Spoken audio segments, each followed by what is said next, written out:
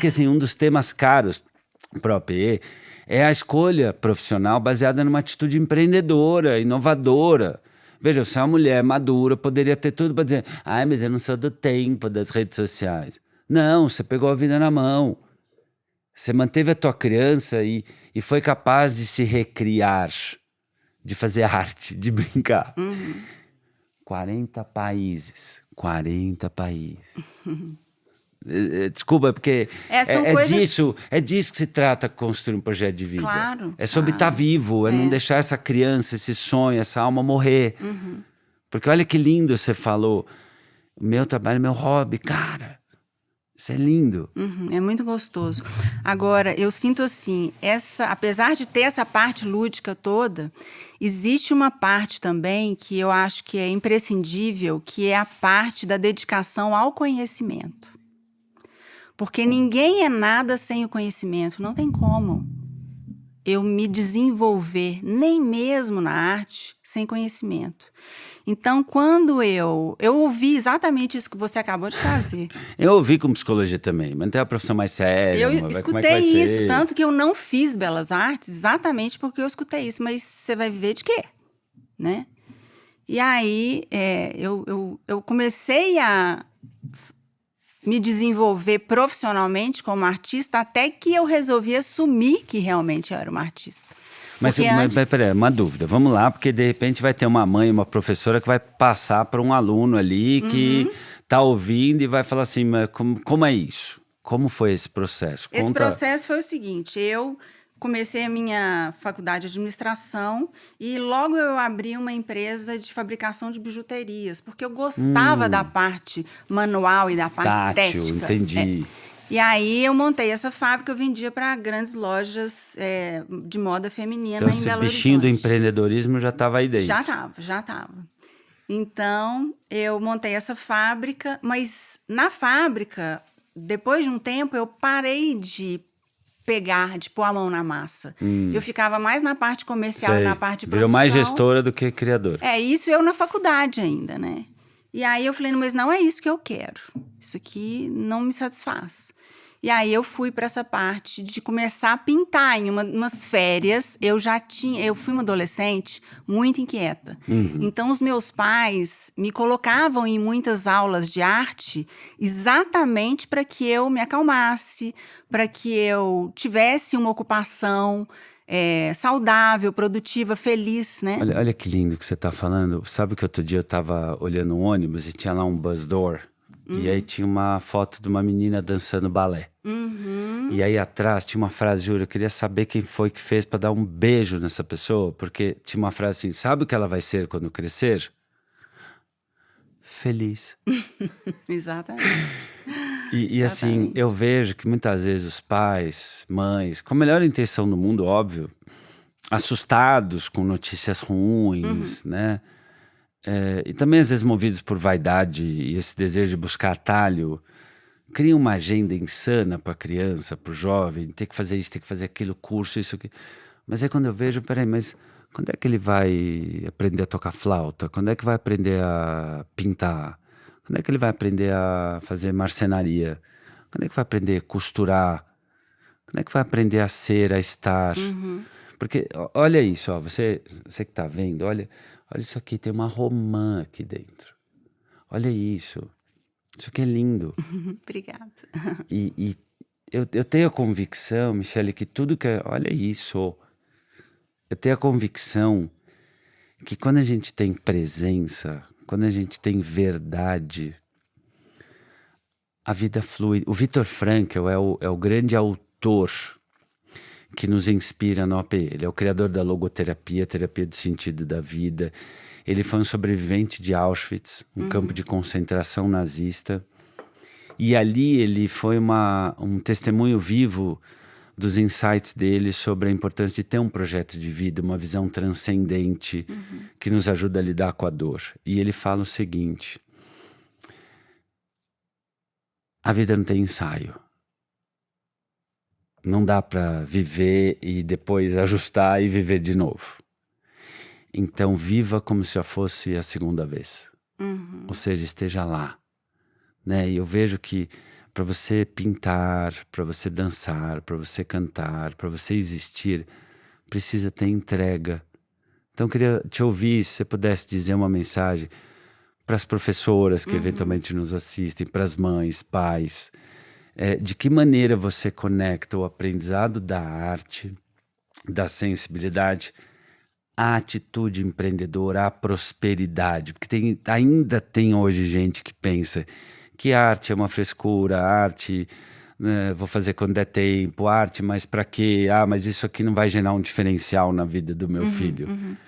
O que você pensa disso? Eu penso o seguinte, que na minha realidade, vai muito de encontro com o que eu estava manifestando antes. A aquisição do conhecimento para aplicação desse conhecimento na arte, eu acho que ela é fundamental. E não é só o conhecimento da habilidade da arte, da habilidade da técnica que você vai executar, mas habilidades internas, como disciplina, como perseverança, como respeito ao seu próprio processo, porque cada um de nós tem um processo a ser cumprido para adquirir uma habilidade, diferentes uns dos outros.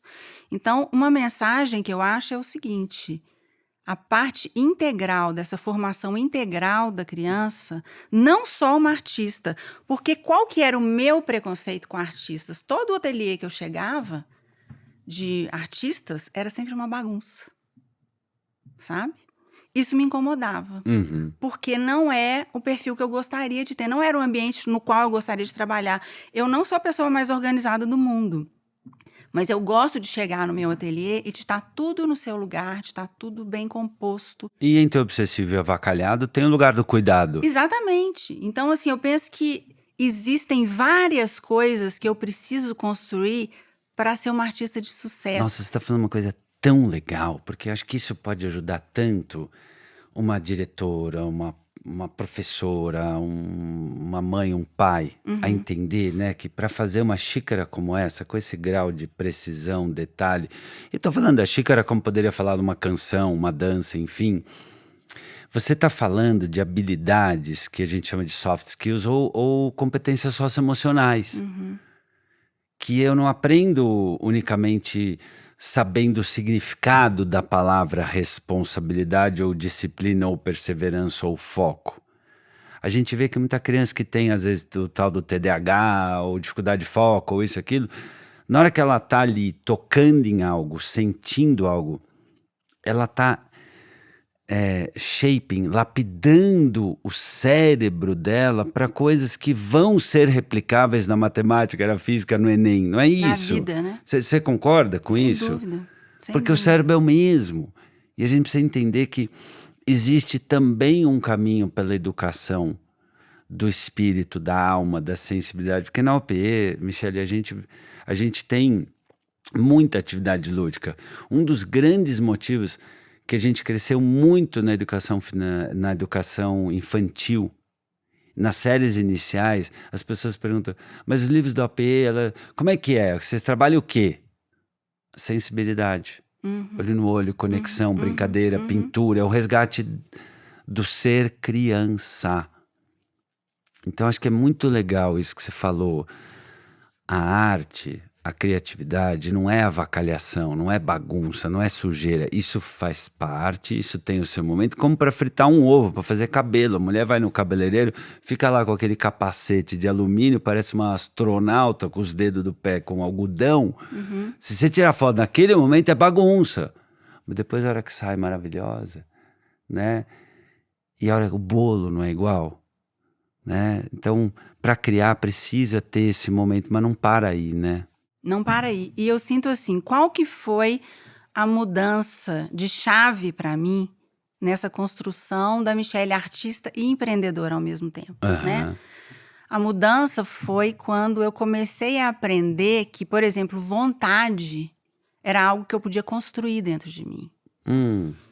Eu comecei a aprender que todas esses soft skills que você mencionou, né, que são virtudes que a gente vai adquirindo ao longo da vida, Sim. que eles podem ser desenvolvidos. Porque antes existia um conceito, ou você é organizado, ou você é disciplinado, ou você não é. Só que você não. tá vendo o ser humano? Ser humano, presta atenção. Então quer dizer que se teu filho, tua filha, for desmotivado, não tão interessado, não tão animado, não tão focado, você entende que isso é uma condição, isso não é uma condenação. Viktor Frankl fala isso infinitamente nos seus livros. Não há condenação em ciências humanas. Há condições. E uma das ferramentas para libertar a mente, o espírito, a criatividade, a humanidade, até a capacidade de aprender do seu filho, um dos caminhos, talvez um dos mais poderosos, é pelo aprendizado da arte. Agora é legal, né? Porque você estava me falando do aprendizado da arte pelas mães, né? Pelas mulheres, pelos adultos. Uma vez eu vi uma plaquinha, eu comprei uma viagem em Campos do Jordão, aquelas lojinhas assim de objetos artesanais, e aí tinha uma plaquinha dizendo assim, sobre a vida adulta ainda não entendi o que é para fazer. Eu comprei, que eu falei, às vezes eu me sinto assim, eu achei muito sensacional, né?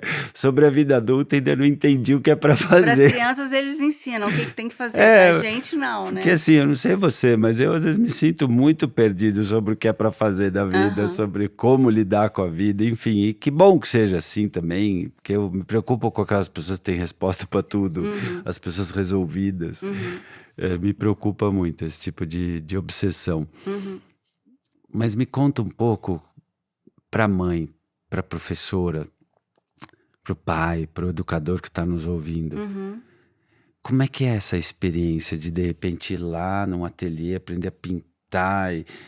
Como é que eles ficam? Como é que é essa coisa? É uma construção, né? Eu penso assim que dentro dessa questão da arte, da técnica, é uma construção. É algo que a pessoa chega ali completamente vazia naquele sentido, mas querendo muito. E no caso do ateliê de pintura em porcelana e vidro, que é o meu caso, o que acontece é que a gente trabalha em peças que vão ser usadas. Que a pessoa é utilitário. Eu sempre tive muito essa vontade de trabalhar com coisas que as pessoas usariam, não só com coisas que elas poriam na parede para enfeitar. E é um ambiente muito feminino, é um ambiente muito saudável, é um ambiente que eu acho que traz muito as raízes dos nossos antepassados, porque primitivamente a gente tem essa construção dentro da gente, que a gente passou por essas etapas, né? Então, eu acho que quando voltam ali, que as mulheres estão ali reunidas, trabalhando com essa questão de pintura, e ao mesmo tempo com as conversas, e dentro de um ateliê, no caso do ateliê Michele Moisés, sempre houveram regras também, sabe? Eu, assim, quando a pessoa chega, tem uma cartilha lá para ela seguir. Então, assim, trazer assuntos muito negativos para o ambiente não é saudável, né? E algumas coisas para preservar aquele ambiente de contaminações que possam interferir nesse momento tão prazeroso que a pessoa tem ali. Porque a arte, ela é terapêutica, né? E estamos falando agora, minha cabeça está... eu sou um professor, e eu dou aula de projeto de vida, ou de história, ou de química. Me ajuda a criar um mini protocolo, porque uma aula é também uma experiência de arte. É uma criação, é uma desconstrução, é uma experimentação.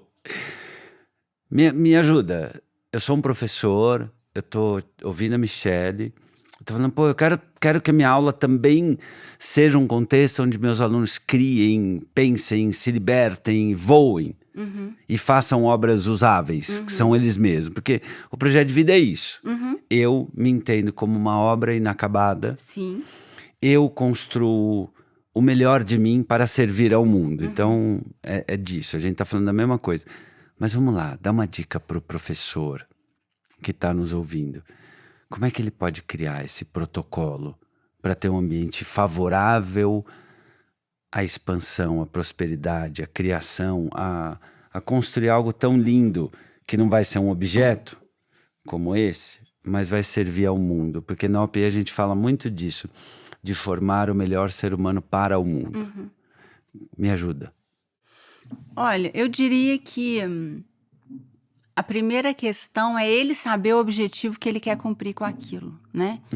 Então, dentro do meu ateliê, eu sempre quis um ambiente que fosse muito saudável e para isso eu preciso estipular algumas regras. Então, uma combinação com quem está frequentando ali é sempre algo muito saudável. Tá, né? então não é simplesmente dizer é assim que tem que fazer. Não, eu acho que é uma combinação e expondo também os valores ali que eu gostaria que estivessem presentes ali no meu ambiente.